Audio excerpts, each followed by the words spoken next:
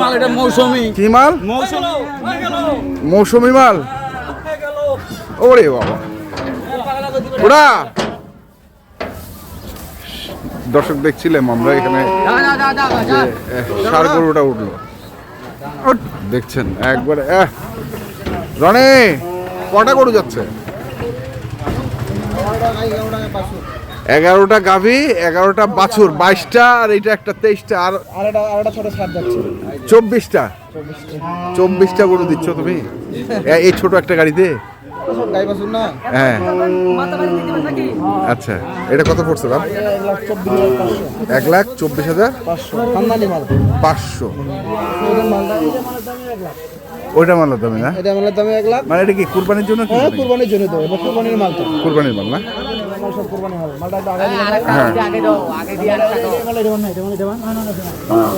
হ্যাঁ, আচ্ছা তো জান। 1,24,500। আর গাই বাছুর?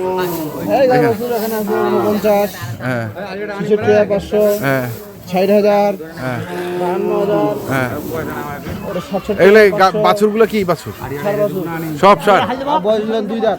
2 দাঁত? আর আপনার 57,000। আচ্ছা আচ্ছা।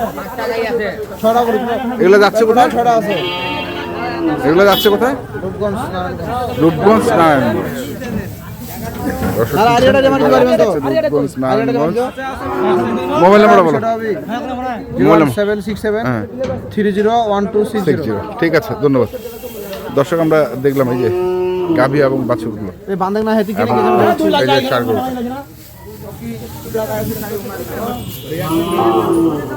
আমরা ছিলাম দিনাজপুর জেলার বিরল থানার টেগরা গ্রামে, মাশরাফি এগ্রো ফার্ম। ধন্যবাদ।